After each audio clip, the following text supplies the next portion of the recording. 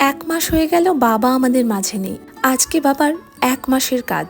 সকালবেলা পুজো পাঠ সেরে এখন চলছে ভগবত পাঠ। সবার জন্য সকালে প্রসাদ আর তারপর জলপানের ব্যবস্থা ছিল, আর ছিল লাঞ্চ।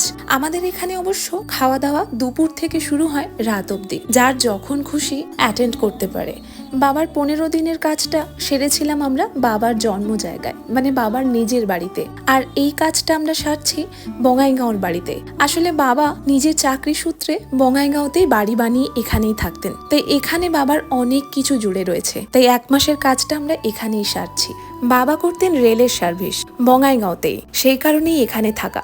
চাকরি জীবন সাথে অনেক কিছু জুড়ে রয়েছে এই বঙ্গাইগাঁওর সাথে। বাবার আত্মার শান্তির জন্য রাতে ছিল নাম সংকীর্তন। বাবা আজকে আমাদের মাঝে না থাকলেও মনে প্রাণে বিশ্বাস করি বাবা আমাদের সব সময় দেখতে পান, আর ওনার আশীর্বাদের হাতটা সবসময় আমাদের মাথার উপর থাকবে।